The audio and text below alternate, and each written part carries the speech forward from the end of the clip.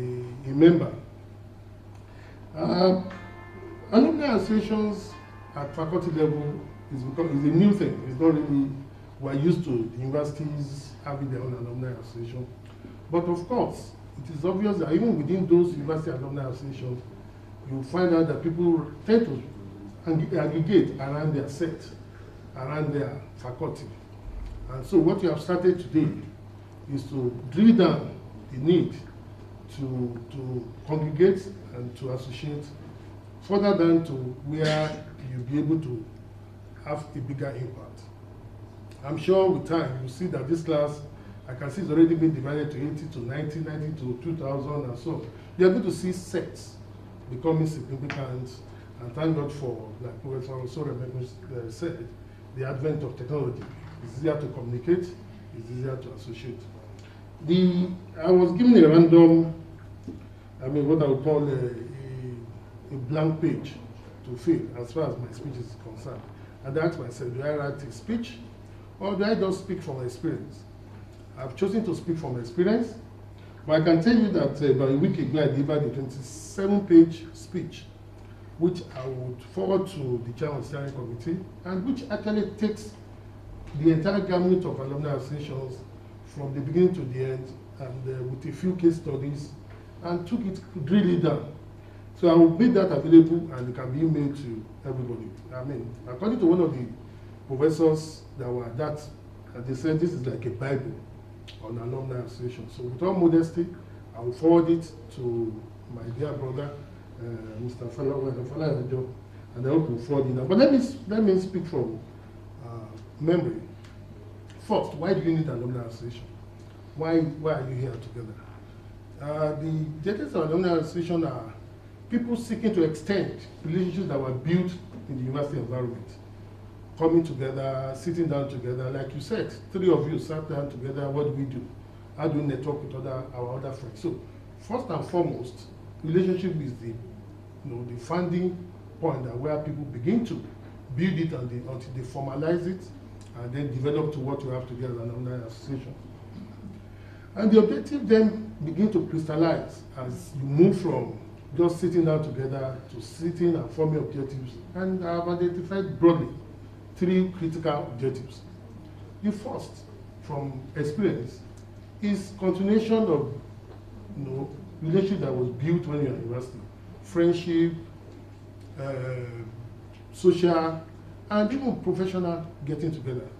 The second, broadly speaking, is to be able to give back to where you took so much from. Because whatever you do today, I'm sure the next round will be what can we give back to where we are coming from.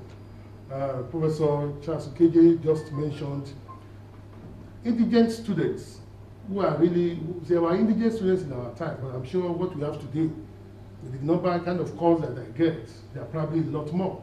So indigent students that need support. Of course, the faculties today need a lot of support. So at the end of the day, the second reason why most alumni come together is to give support back to the institutions that gave them all they needed to become who they are today. The third broad reason is basically, it's also a tool for networking and for enhancing professionalism. Networking means that, and like the VC of the Federal University said, networking is basically, we're here today, there are people who even don't know that their colleagues, their classmates that are in an area where they need support. And it's an opportunity to build, to help each other to grow, and to help others to be better than whatever they are. So there are a lot of networking opportunities in Ghana. Professionalism comes in the programs that you are going to come up with. Because let me say something. I was talking about professionalism. At the end of the day, like I said, even at the council today, the world has moved to what can we get from you to what can you give us. For you to be able to enhance professionalism, you have to come up with programs.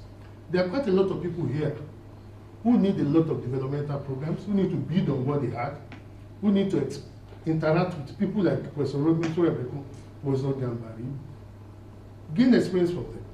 And it is some of those things that will encourage them to be part of it. The alumni associations are one of the most inexpensive way of enhancing the quality of your competence in your area of study or area of your profession. So you have to come up with programs that will encourage people to want to, be part of this association. So there was a study in preparing my speech for the Faculty of Engineering, where I was a guest speaker last week. I did quite a lot of study, and one of the things I discovered, there's a NAPAL group in the USA who studied 20 United States of America Alumni Association. I came up with two conclusions. That for you to be able to and you know what has happened in America, how much Alumni Association has contributed to the growth and development of institutions in America. For example, I think the case study I did was Stanford University, where about 34% of the alumni are in top management positions across the world, and where they are contributing almost 35% of the income that is due to run the university, in terms of grants and donations, scholarship, and so on and so forth. I also gave a case study of the Methodist High School initial, which I ran, or I've run now for almost 14 years, although I'm eager to step aside. So those of you who want to take over, please come and take over so that I don't become, I don't get pushed aside eventually. But one thing that has happened in that association, it took us 10 years, or almost 12 years, to move from starting it. We didn't start it. To start it, that's a school that was 60 years, 2 years ago, so I couldn't have started it. But there was a period when we had the alumni association, so we had to restart.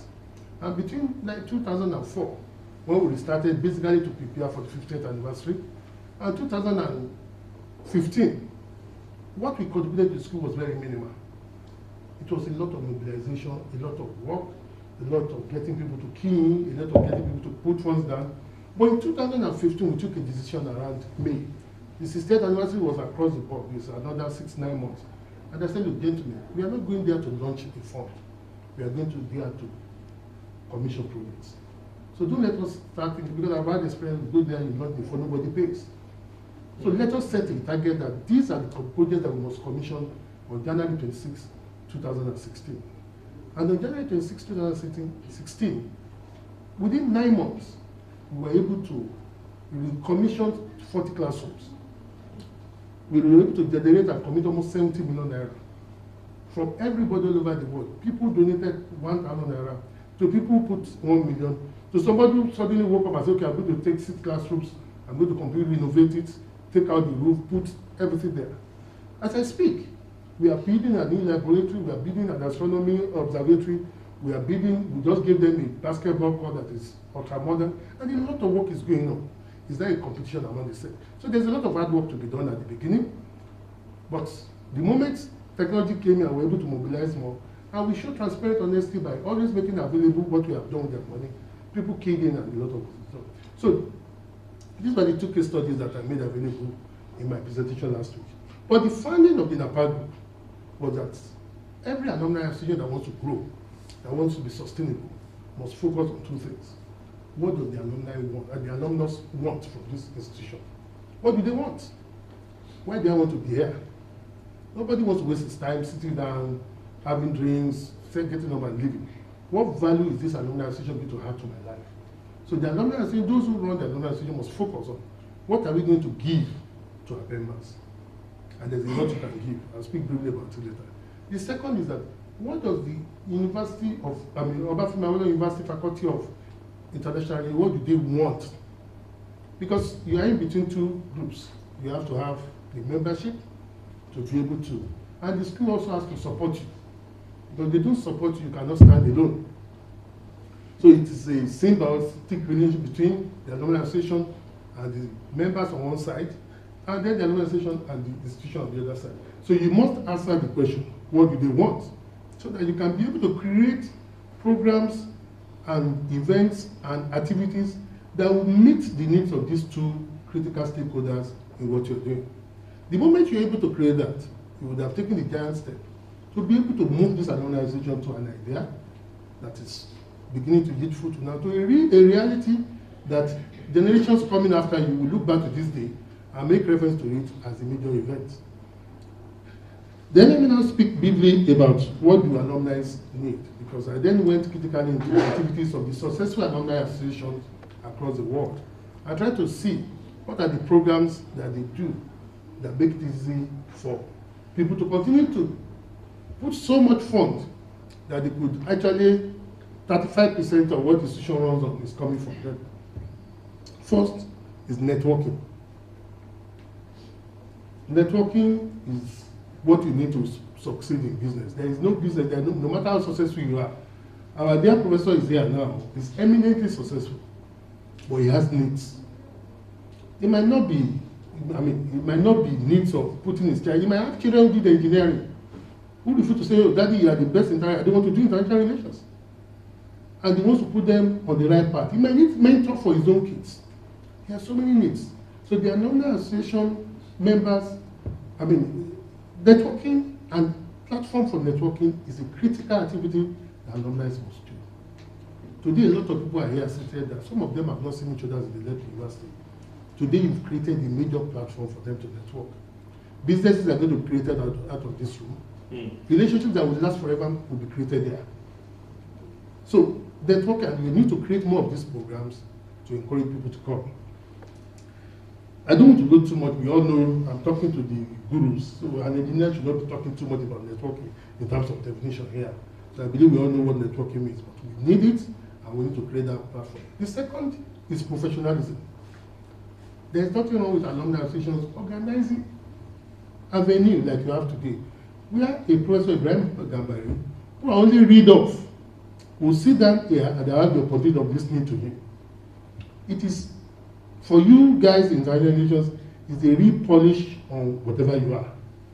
Things will be said here today that are not documented. Things will be said here today that you never read in any book because it's here. So this is the kind of platform for professionalism that alumni members require to continue to be interested in being part of the alumni association. Number three, opportunity for discounts. This has been used by major alumni associations all over the world. For example, I'm a member of the Institute of Directors, and in most of the major hotels in Nigeria, we actually have a discount as a member. So if I go into the eating today, I don't pay what most of you will pay. I get about 30% discount because I'm carrying the card of IOD. And and because that is the power in numbers. If you have a membership of about 150, 200 only, you have a leverage to get a job. Look, anytime a member of this association comes, this is what we must get for them. And the more of this kind of arrangements you have, the more the value you're adding to people's life, the more they're likely to want to be part of it, and they want to continue to contribute to whatever ideas that you have. Within the university, in Stanford University, for example, almost all the different areas that the public is allowed into, the alumni association members have some certain kind of advantage that they benefit as members. The library, they are allowed to use the library, for example, to do their own research. They are allowed to access some the lawn tennis court, the sports centers. If they want to use the hall for any event, they get a special discount. And all these added together, again, encourage people to want to be part of the alumni association. So I've spoken about another one is, for example, airlines. You could get discount to quite a lot of airlines. People even have programs. There are people who want to have international experience. You could decide tomorrow that the Alumni Association is not going to hold its next conference in Nigeria. We are going to UK. We are going to get a professor in the university in UK to come and speak to us. They are eager. And you'll be able to move quite a number of people there who interact, who go into the faculties, who relate. These are some of the things that help the Alumni Association to grow. The second part, like I said, is you have to find out what does the faculty need. How can you also support the faculty? At this stage, it may not be really about money. It may be about ideas. It may be about joint programs with the faculty. But you must come up with all these programs. And the more you do them, the more you create interest in your potential members, the more you encourage them to be part of the alumni association. For example, the University of Columbia has a scheme. They do a monthly online, like a sort of social gathering. It's online. So they have a platform, everybody comes in, you chat, you discuss, You ask questions, people answer, and all sorts of things happen on that platform. All you need to be part of that platform is to be a financial member of the Alumni Association. There are a lot more that you can do. So I want to congratulate, even though I'm an engineer, I have a tendency to speak and speak and speak, because my parents are teachers, so I try to be careful nowadays so that I don't keep it for long. So I want to thank everybody for giving me this opportunity to be here today. It's a great privilege, and I really appreciate it. As we move on with this alumni association, and I pray that it will be beneficial to all stakeholders. Thank you. While you were speaking, something just, I was reflecting on some of the points that you have raised. Kunle Ajele, you know, we have this Brothers for Life, which was a small group that we set up, Old Boys of Ife, between 1989 and 1990 or thereabouts. And we just woke up one day and somebody said, look, let's do something meaningful. Let's set up an insurance, I mean, life insurance for ourselves. You know, because we had number to our advantage, it was very easy for us to actually approach 2-3 insurance companies, got a quotation, and it was so little. We didn't even have to pay for it because our membership due was enough for it. So I'm hopeful, from the kind of conversation that you have, you know, provoked this afternoon, that we will be able to think through some of the possibilities of what we can do. And you said something very important. It is not just about money. Old Boys can come in, for instance, to talk to students about career pathways. They can come in to teach students, talk to students to mentor students. They can come in to say, look, this is what I do. I want to share it with you. You know, because you see, not everyone that graduates from the university, you know, or from the department would follow that path, that pathway. We have people who have been successful even in banking, in the oil industry, in the private sector, in publishing, in several different areas. They can come in and talk to students about possibilities in that field. And I think that with the kind of training that our students get typically, it's one that it makes it easy for them to be able to adjust. You know, it's really a very multidisciplinary program. You get exposed to economics, sociology, philosophy, everything, such that you become an all-round student. And so it becomes very easy for you to be able to adapt to those. Let us explore these possibilities, let us leverage on them, and let's make the best of them. Without taking much of the time, I'd like to now formally invite Professor Ibrahim Gambari to say for his keynote speech.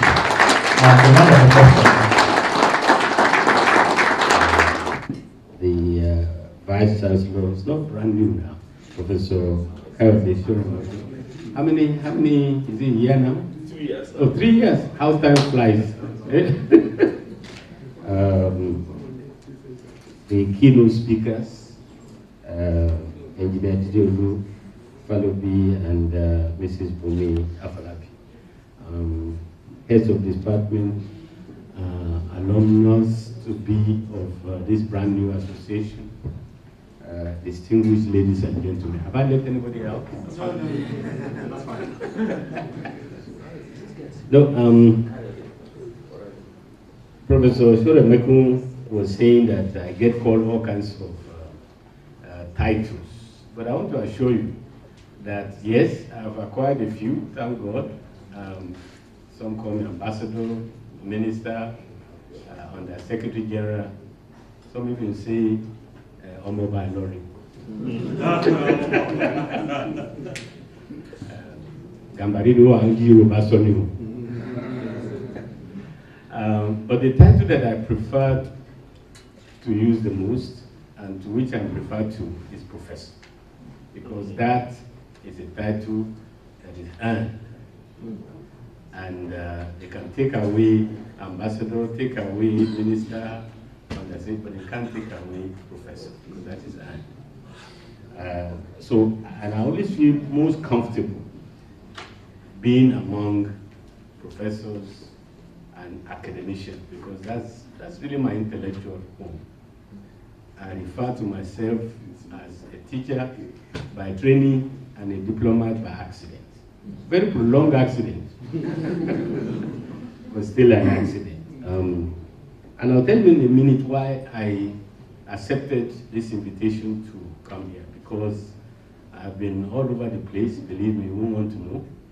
And came back to Abuja only a few days ago, then to Owerri and came back. But I knew I have to be here because I have some stories to tell about the University of Ife, and then changed to Bafemi Awolowo University. So when Segun Adeniyi, who is somebody I respect very much, approached me, and then I got a message from Professor Keji. I said, no, I have to be here. The first place I went as the new foreign minister of Nigeria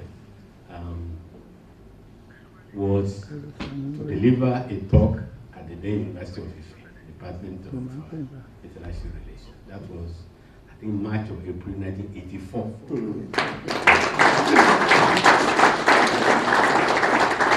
And the main motivation was Professor Jide Aduko, because he was my senior at the London School of Economics, where we shared tremendous professor of international relations, Professor F.S. Northridge.